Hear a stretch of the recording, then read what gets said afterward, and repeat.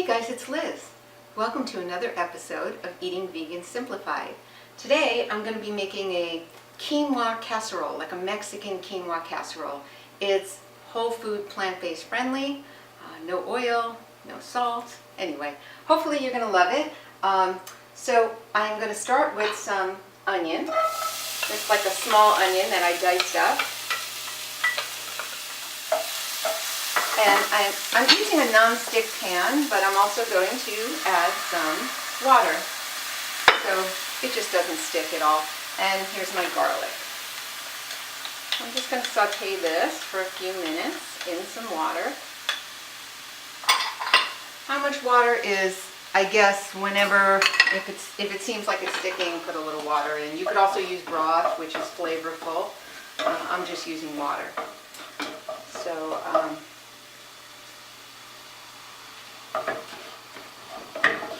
this is a really simple casserole, and you just put all the ingredients together and you bake it. And there's just not a whole lot of, different components and things you have to do. And it's just dicing. And I'm using, these days, I use all the time, what I showed in another video, this Vidalia food chopper. And I could dice these onions in like, I don't know, a minute, and they come out really perfectly uniform and impressive. Way more impressive than my knife skills. But, so as you can see, just sauteing a little bit, just to let them soften up. Leave it for another few minutes. So I'm trying to do some recipes that will be whole food plant-based, and I'm gonna see how many of those I could give you, because I know a lot of people have been requesting, no oil, no salt type recipes, which are really healthy.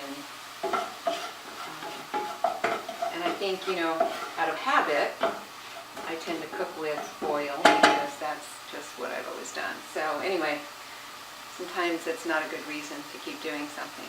Okay, so there we go. They are softer. I'm going to go ahead and shut off the flame, and I'm going to come on over here to where I usually am when I'm doing these videos. And this is just a like oven-proof casserole dish, and I'm going to go ahead and just put the onion and garlic in there. I know you can't see. You're only seeing the bottom of the pan, but trust me, that's what I'm doing. Okay. Then I'm going to add the raw quinoa, and then I have a 28-ounce can of tomatoes. So, and you don't take the liquid out because you're going to need to cook the quinoa, right? So the liquid in the tomatoes is going to help cook it, plus water. So kind of stir that around. Oops. Try not to have it pour out like I just did. Okay. And then I'm going to do nutritional yeast. If you're not a nutritional yeast fan, leave it out. It gives it a little bit of a cheesy kind of flavor, but some people don't like it. I like it. This is tomato paste. Okay, so I'm just adding that. Stir it around. And just kind of blend it all together. Corn. I used frozen corn. This frozen corn, still a little bit frozen even. About a cup of corn.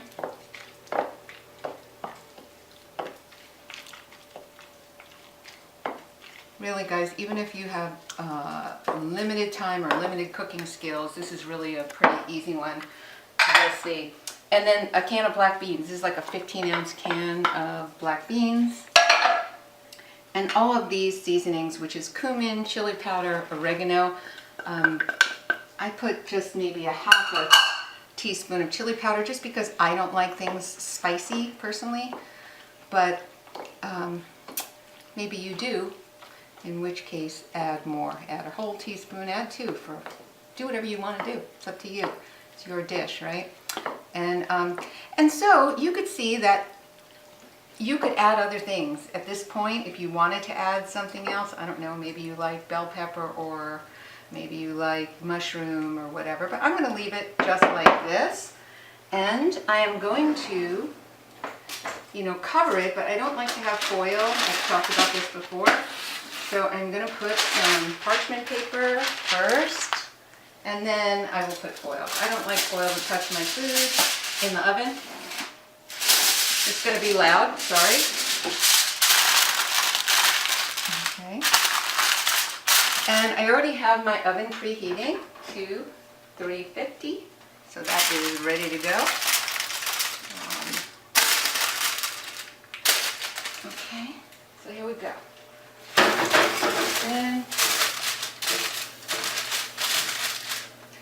And this will cook for an hour. Let me set the timer for an hour. And at that point you could go and, do something, take a walk, whatever you want to do. And when we come back, I'll show you, I'm going to add the last few ingredients and we'll see how it turns out. So see you in an hour. Okay, let's see how it came out. It's been a whole hour. That looks really good. So now what we're going to do is we are going to attempt to add all of this spinach. There's a lot of spinach here. But you know how it is with spinach. You add it and it seems like a lot, but really it's not. So I'm going to slowly add this and it will wilt into this, into the mixture. So I dropped a little spinach and my dog will probably come over and smell it and say no thank you. And I will use the rest of the spinach for another recipe.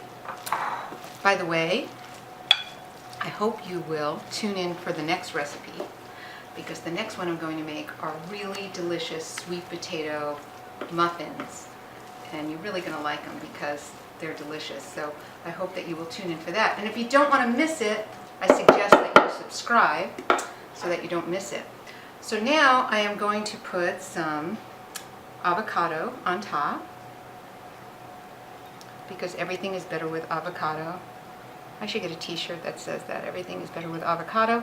And cilantro. Some people don't like cilantro, don't like it, don't put it on. But it looks pretty, right, when you add some cilantro. It needs some green, some additional green. And if you have time and patience, you could put more spinach in. Whatever you decide you want to do. But anyway, here it is. This is Mexican quinoa casserole. I hope you try it. I hope you love it. Happy cooking.